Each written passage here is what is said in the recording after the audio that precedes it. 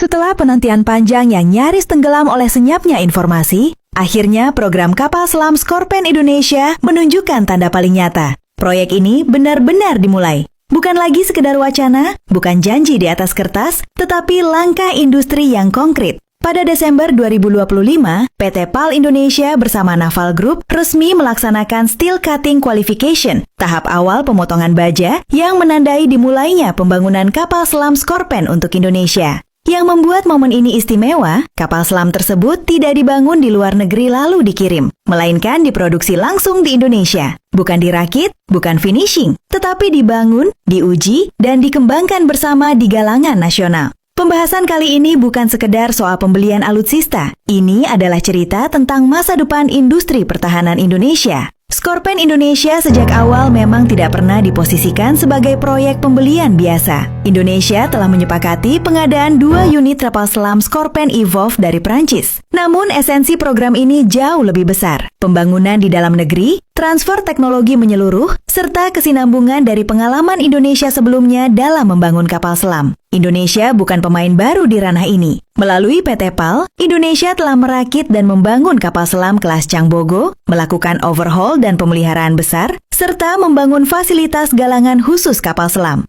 Hingga hari ini, Indonesia masih menjadi satu-satunya negara di Asia Tenggara yang memiliki pengalaman membangun kapal selam di dalam negeri. Skorpen adalah langkah lanjutan, bukan loncatan buta. Tahap Steel Cutting Qualification yang dilakukan bersama Naval Group bukan seremoni simbolik. Ini adalah uji kemampuan galangan sebelum produksi penuh dimulai. Dalam tahap ini, PT PAL diuji secara menyeluruh, mulai dari pengelasan presisi baja kapal selam, pembersihan dan coating khusus, pra-perakitan struktur, hingga pemenuhan standar kualitas militer bawah laut. Seluruh hasil kerja dinilai langsung oleh Naval Group dan menjadi syarat mutlak sebelum proyek masuk fase pembangunan penuh. Direktur Teknologi PT PAL menegaskan bahwa tahap ini merupakan fondasi utama penguasaan teknologi kapal selam nasional. Bahkan sebelum tahap ini berlangsung, tenaga teknis PT PAL telah menjalani pelatihan intensif selama 3 bulan di Cherbourg, Prancis, langsung di fasilitas Naval Group. Artinya, yang dipindahkan bukan hanya desain, tetapi juga keterampilan, standar kerja, dan kultur industri kapal selam itu sendiri.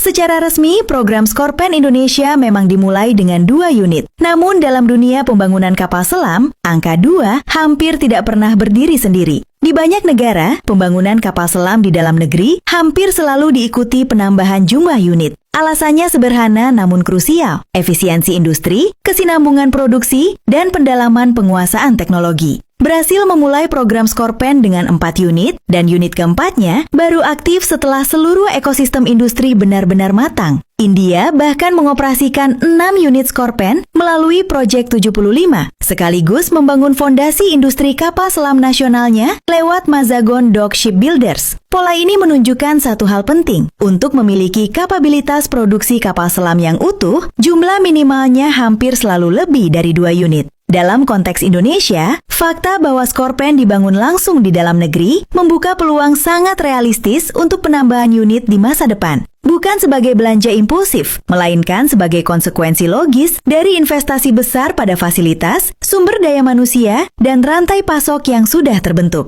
2 unit pertama adalah awal, unit berikutnya adalah penguat. Di titik itulah Indonesia benar-benar bergeser posisi, dari pembeli kapal selam menjadi negara pembangun kapal selam. Skorpen Evolve sendiri adalah kapal selam diesel elektrik modern generasi terbaru. Senyap, canggih, dan mematikan. Dilengkapi teknologi AIP yang memungkinkan beroperasi di bawah laut selama 2 hingga 3 minggu tanpa muncul ke permukaan. Sistem stealth akustik tingkat tinggi membuatnya sangat sulit dideteksi sonar musuh. Kemampuannya beroperasi di laut dangkal maupun laut dalam sangat sesuai dengan karakter perairan Indonesia. Persenjataannya mencakup torpedo berat, ranjau laut, hingga rudal anti kapal. Versi terbaru juga telah disiapkan untuk upgrade baterai lithium ion, memberikan daya tahan lebih lama, respons lebih cepat, dan efisiensi energi yang lebih tinggi. Mengacu pada pengalaman internasional, pembangunan unit pertama biasanya memakan waktu 5 hingga 6 tahun, sementara unit berikutnya bisa lebih cepat seiring meningkatnya kurva pembelajaran industri. Dengan target pembangunan dimulai pada pertengahan 2026, sangat realistis jika Skorpen pertama Indonesia mulai mendekati tahap operasional pada awal dekade 2030-an.